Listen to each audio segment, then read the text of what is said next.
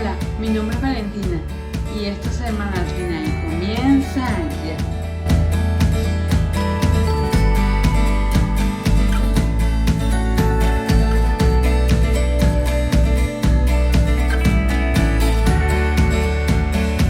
Comenzamos tamizando la harina. Esto se hace especialmente pasando la harina por el colador para evitar que se formen grumos. En nuestro caso vamos a usar harina de almendras y harina de coco. En el video se puede observar cómo va el tamizado. Como siempre voy a estar dejando la receta y el link a todos los materiales que uso en la receta en la cajita de descripción. Luego de tamizar la harina de almendras, tamizamos la harina de coco. Las bananas, por su alto contenido de carbohidratos, no son aptas para el estilo de vida cetogénico. Es por eso que utilizaremos un ingrediente secreto. Una vez tamizadas las harinas y asegurado que no hayan grumos, vamos a colocar el polvo de hornear, la sal y la canela. Mezclamos todo muy bien, así se ven todos los ingredientes secos mezclados. Separado en otro recipiente vamos a mezclar la mantequilla y el endulzante y lo vamos a mezclar hasta incorporarlo.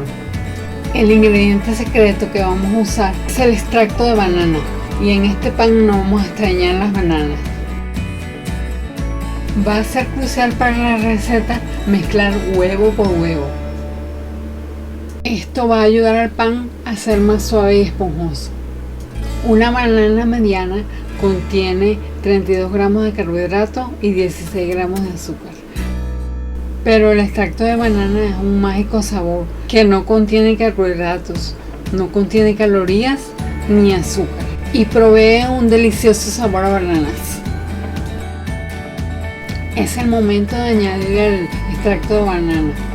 Solo una cucharada y le proveerá un sabor delicioso.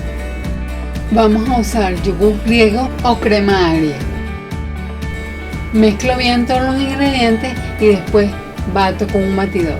Bato por alrededor de 5 minutos para asegurarme que todos los ingredientes fueron incorporados. Y así lucen nuestros ingredientes húmedos. Mezclamos los ingredientes secos que reservamos al principio con los ingredientes húmedos, muy despacio y en 3 partes. Incorporamos las chispas de chocolate.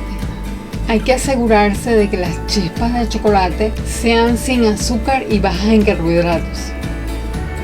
Voy a guardar un poquito de los chocolates para ponérselo por encima al pan. Añadimos las nueces. Voy a guardar también un poquito de nueces para ponérselas por encima en el momento de hornear el pan. E incorporamos todo muy bien.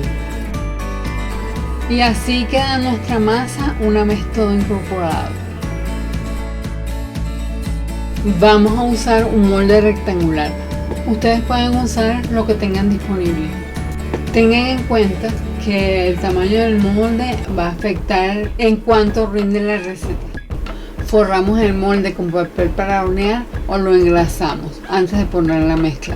Yo estoy usando un molde de 9 por 4 pulgadas, alrededor de 22 por 11 centímetros. Y la receta rinde 12 rebanadas. Este pan tenemos que guardarlo en el refrigerador. Dura hasta por 2 semanas. Y tapado en el congelador puede durar 6 meses. Distribuimos todo uniformemente. Coloco por encima las nueces y el chocolate que tenían reservado. Y así se ve antes de ir al horno. Lo tapamos con papel aluminio y lo llevamos al horno entre 45 y 50 minutos a 350 grados Fahrenheit, 176 grados centígrados. A los 30 minutos lo destapamos y lo dejamos cocinar. Este es el resultado final de nuestro keto pan de bananas. Bueno amigos, esto sería todo por el video de hoy. Espero hayan disfrutado mucho la receta. Si te gustó este contenido, apóyame suscribiéndote y dándome like.